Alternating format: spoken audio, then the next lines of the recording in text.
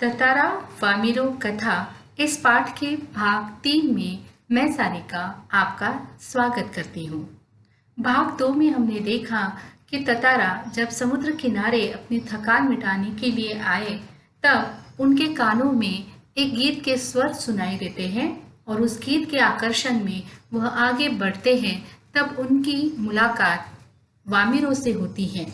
वामिरो को देखने के बाद ततारा अपने सुध बुध खो बैठता है और वो बार बार उसे दूसरे दिन मिलने की याचना करते हैं। इधर जब वामिरो को ये पता चलता है कि जो अनजान युवक उससे बात कर रहा है वो और कोई नहीं ततारा है, जिसके अनगिनत किस्से कहानियाँ साहस की बातें उसने सुन रखी थी और मन ही मन वो भी ततारा को पसंद करने लगती हैं। तो आज के भाग में हम देखते हैं कि कहानी के आगे के हिस्से में क्या होता है। किसी तरह रात बीती। दोनों के हृदय व्यथित थे, व्याकुल थे।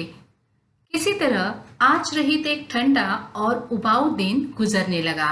जब दूसरे दिन की सुबह हुई तो उन्हें ऐसा लगने लगा कि आज का ये दिन कितना ठंडा और उबाऊ है, जो गुजर ही नहीं रहा है। समय धीरे धीरे जा रहा है क्योंकि ततारा और वामिरो दोनों को शाम होने की प्रतीक्षा थी।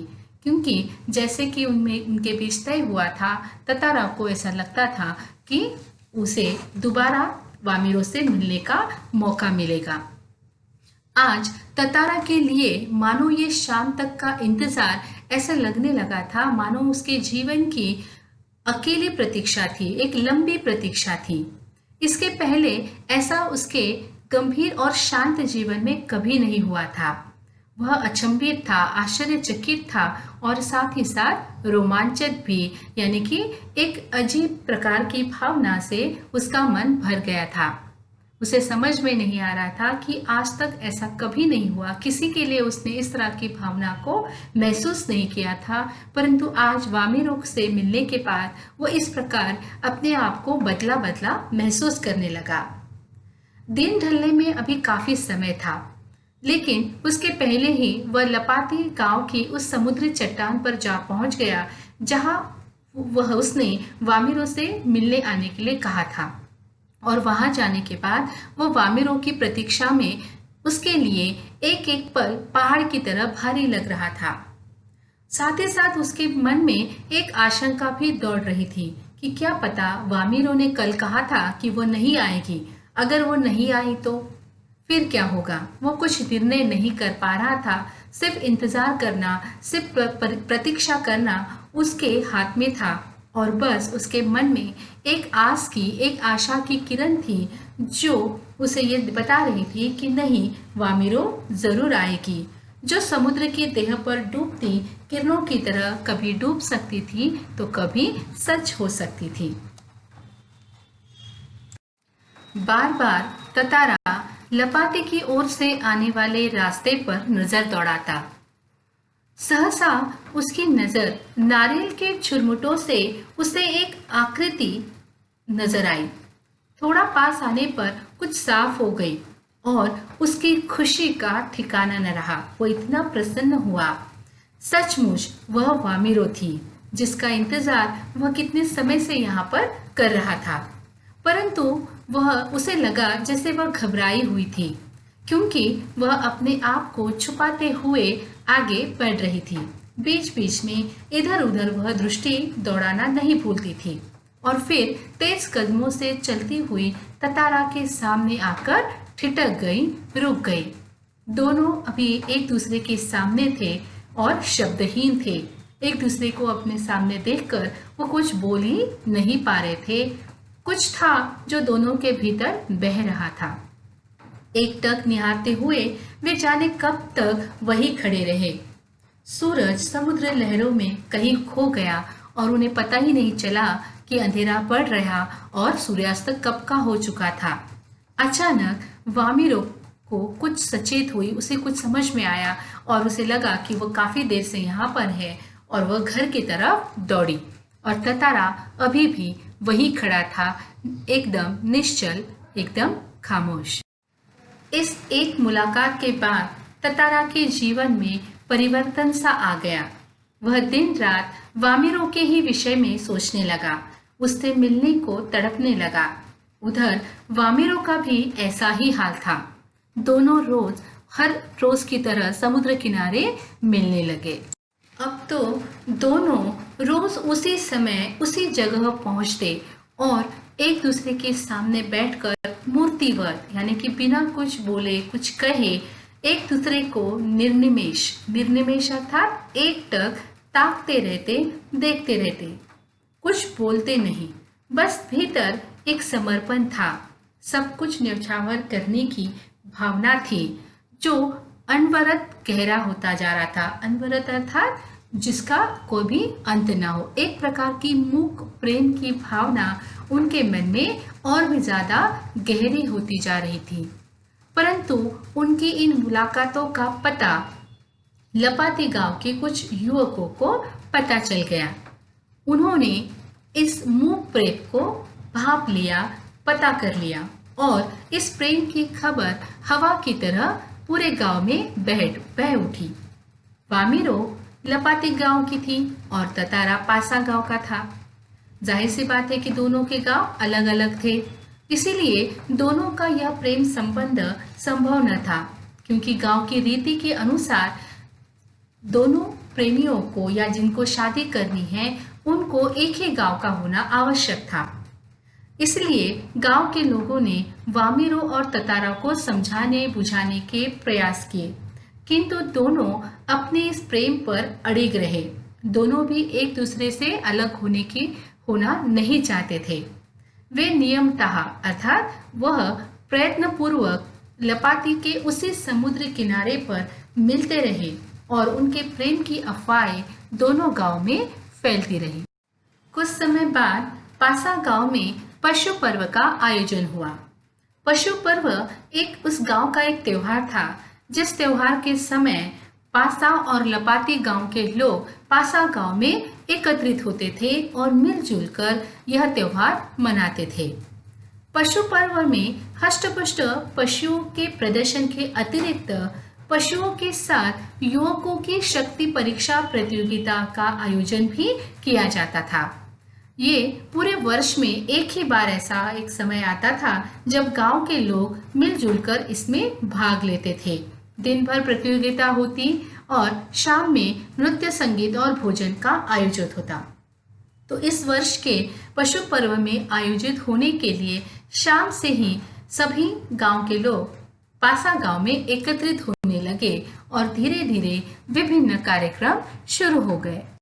प्रतिवर्ष इस पशु पर्व में ततारा बड़ी ही इच्छा के साथ भाग लेता और अपनी शक्ति का प्रदर्शन करता, परंतु इस वर्ष ततारा को पशु पर्व के किसी भी कार्यक्रम में भाग लेने की तनिक भी इच्छा नहीं थी। वह तो गांव में आए सभी लोगों में किसी एक को ढूंढ रहा था और वह और कोई नहीं तो उसकी व्याकुल आंखें वामिरो को ढूंढने में व्यस्त थी। वो जानता था कि लपाते गांव के लोगों के साथ वामिरो भी जरूर पासा गांव में आई होगी। और जब ढूंढते ढूंढते उसने देखा कि नारियल के झुंड के एक पेड़ के पीछे से उसे कोई झांकता अर्थात देखता हुआ दिखा।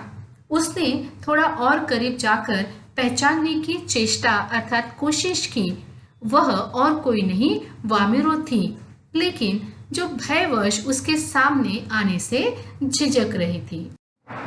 जैसे ही वामिरो ने ततारा को अपने सामने देखा, उसकी आंखें तरल हो उठी, उसकी आंखों में आंसू भर आए, होठ कांप रहे थे। ततारा को देखते ही वो और भी ज्यादा फूट फूट कर रोने लगी। उसको रोता देखकर ततारा विवल अर्थात व्याकुल हो उठा, परंतु इस रोने के कारण उसे कुछ बोलते भी नहीं बन रहा था। रोने की आवाज लगातार और भी ज्यादा ऊंची होती जा रही थी। ऐसी स्थिति में ततारा अपने आप को किंग कर्तव्य विमूढ़ यानी कि कुछ न कर पाने की भावना से अपने आप को वह ज्यादा परेशान हो रहा था। इधर वामिरो के रुदन अर्थात रोने के स्वर को सुनकर उसकी माँ वहां पहुंची और दोनों को साथ में देखकर आग बबूला हो उठी। उसे बहुत गुस्सा आ रहा था। सारे गांव वाले की उपस्थिति में यह दृश्य उसे अपमानजनक लगा। उसे लगा कि दूसरे गांव के सामने मेरी बेटी इस तरीके से ततारा से मिल रही है, तो उसे यह बात अपमानजनक लगी। इस बीच गांव के कुछ और भी लोग वहां पर पहुंच गए। वामिरो की मां क्रोध में उफन उठी। उसने ततारा को तरह तरह से अपमानित किया और गांव के लोग भी इस समय ततारा के विरोध में आवाज उठाने लगे। यहाँ पर ये बात समझना बहुत आवश्यक है कि जिस ततारा से सभी लोग इतना प्रेम करते थे, उसको इतना सम्मान देते थे, आज उसी ततारा के विरुद्ध में गांव के सभी लोग बातें करने लगे थे। गांव वालों की बातें सुनकर ततारा के लिए वो सारी बातें असहनीय हो रही थी और इधर वामिरो अब भी रोए जा रही थी। ततारा भी गुस्से से भर उठा। उसे इस विवाह की निषेध परंपरा पर क्षोभ अर्थात गुस्सा आने लगा। वह अपनी असहायता पर खींच उठा, यानी कि उसे बहुत बुरा लग रहा था, अपने आप पर वो चिढ़ रहा था कि वो इतना शक्तिशाली है कि हमेशा दूसरों की सहायता कर सकता है, परंतु आज इस स्थिति में वह अपनी और वामिरो की सहायता नहीं कर पा रहा है और ना ही वह गांव वालों को उसके प्रेम को समझने की बात समझा पा रहा था। वामिरो का दुख और उसे गहरा कर रहा था। उसे नहीं समझ में आ रहा था कि इस समय वह कौन सा कदम उठाए और अपने गुस्से पर नियंत्रण न रखने के कारण अनायास ही अचानक ही उसका हाथ उस तलवार की मुठ पर जा टिका, जिस तलवार का उपयोग उसने कभी नहीं किया था और जिस तलवार के बारे में लोगों का ये मत था कि उसमें एक अद्भुत दैवीय शक्ति है। क्रोध में उसने पहली बार वह तलवार निकाली और कुछ विचार करता रहा। क्रोध लगातार अग्नि की तरफ बढ़ रहा था। उसे बहुत गुस्सा आ रहा था, गांव वालों पर गुस्सा आ रहा था, साथ ही साथ अपने आप पर भी गुस्सा आ रहा था। परंतु चारों तरफ जैसे ही उसने तलवार निकाली, सारे लोग सहम उठे। एक सन्नाटा सा खींच गया। परंतु उसने तलवार तो निकाली, परंतु वह किसी गांव वाले पर वह चलाना नहीं चाहता था और उसे समझ नहीं आ रहा था कि अपने गुस्से को वह कैसे शांत करे। और जब कोई राह न सूझी तो क्रोध को शमन करने अर्थात शांत करने के लिए उसने शक्ति भर से, पूरी ताकत से उस तलवार को धरती में घोंप दिया और पूरी ताकत से उसे खींचने लगा। उस तलवार को खींचने लगा। वह पसीने से नहा उठा और यह दृश्य देखकर सब घबराए हुए थे। वह तलवार को अपनी तरफ खींचते खींचते दूर तक चला गया। वह हाँफ रहा था और अचानक जहां तक ततारा ने लकीर खींच गई थी, वहां एक दरार होने लगी, मानो धरती दो टुकड़ों में बंटने वाली हो। एक गड़गड़ाहट सी गूंजने लगी और लकीर की सीध में धरती फटती ही जा रही थी। द्वीप के अंतिम सिरे तक ततारा धरती को मानो क्रोध में काटता जा रहा था। सभी भयाकुल हो उठे, भयभीत हो उठे। लोगों ने ऐसे दृश्य की कल्पना ही नहीं की थी। वे सिहर उठे, घबरा उठे और उधर वामिरो फटती हुई धरती के किनारे चीखती हुई दौड़ रही थी। ततारा ततारा, उसकी करुण चीख मानो उस गड़गड़ाहट में कहीं डूब गई हो। ततारा दुर्भाग्यवश दूसरी तरफ था।